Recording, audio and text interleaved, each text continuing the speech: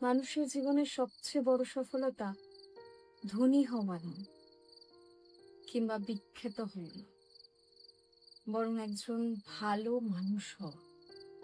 ভালো মানুষ হলে মিথ্যে বলতে বাধে, অন্যায় করলে অনুশোচনা বোধ হয়, কাউকে কষ্ট দিলে রাতে ঘুম হয় না, কারো বিশ্বাস ভাঙার আগে একবার হলেও হাতটা কাঁপে।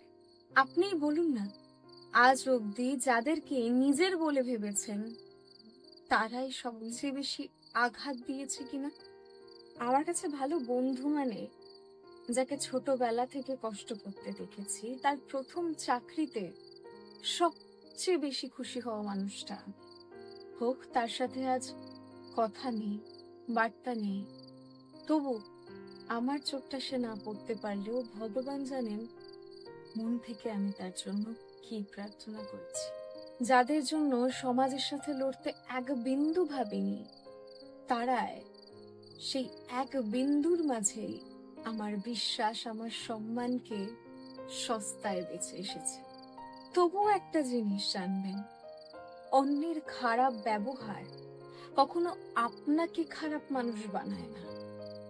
যে ভালো সে ভালোই থাকে, কাউকে ঠকাতে পারে না। হয়তো সবাইকে একসাথে খুশি রাখা যায় না, তবে সত্যের পাশে দাঁড়ানো যায়, নির্ভয়ে লড়াই করা যায় অধিকারের জন্য।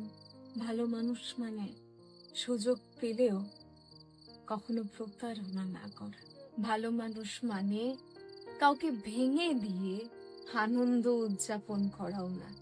আজকের সমাজে সত্যি কথা বলা দুর্বলতা হয়ে গেছে, সৎ থাকা বোকামি হয়ে গেছে, আর বিবেক নিয়ে বাঁচা অযোগ্যতা হয়ে গেছে।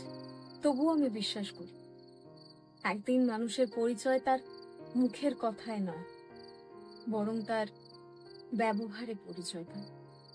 আর সেদিনে অনেক সফল মানুষ দেখা যায় যারা আদতে প্রকৃত মানুষ হতে পেরেছে।